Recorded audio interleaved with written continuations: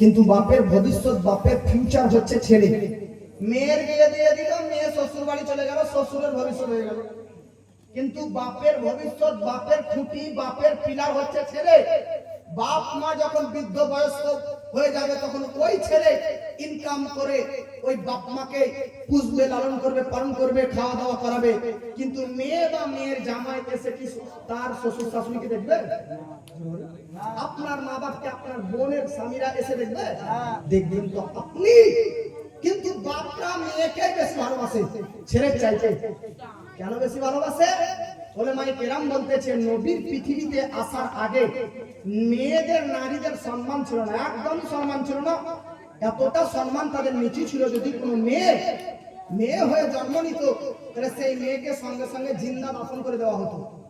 কোন মেয়ে যদি কোনো বাপ জন্ম দিত কোনো মেয়েকে আরবে নবীর পৃথিবীতে আসার আগে, তো সে বাপকে অসৌভাগ্যবান, সেই বাপকে দুর্ভাগ্যময় বলা মনে করা হতো, সেই বাপকে বেওয়াকুফ বোকা মনে করা হতো।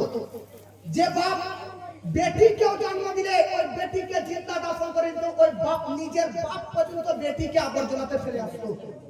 স্বামী মারা গেলে স্বামীর মৃত্যুর কারণ স্ত্রীকে মনে করা হতো।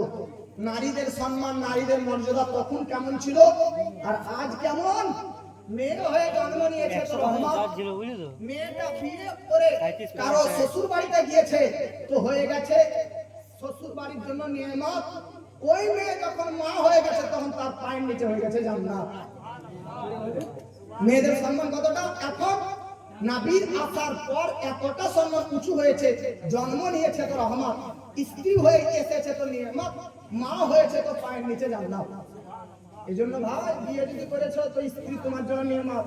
ভুলেও গালি দিও না, আর ভুলেও থাপ্পড় মারবা না। স্ত্রীকে আদর যত্ন ভালোবাসবা, তার আবদার গুলো পূরণ করার চেষ্টা করবা। আমি আপনাদেরকে বলতে চাই এমন একটা সময় ছিল যে সময়ে নারীদের রেসপন্স, নারীদের মর্যাদা, নারীদের বৈশিষ্ট্য মাটির নিচে আজ মাথার তাজ, মাথার মুকুট হয়ে গেছে। ওলামায়ে কেরাম বলতেছে নবীর পৃথিবীতে আসার আগে যতটা নারীদেরকে অসম্মান করা হয়েছে, নবী এসে ওই অসম্মানটাকে সম্মানে পরিবর্তন করে দিয়েছে।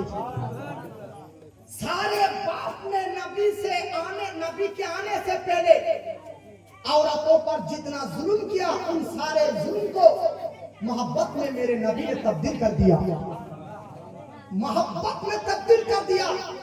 नारी देर सम्मान এতটা বাড়ি দিয়েছে নবী যে নবীর আসার আগে নারীদের এতটা অসম্মান ছিল যে ক্ষতি হয়েছে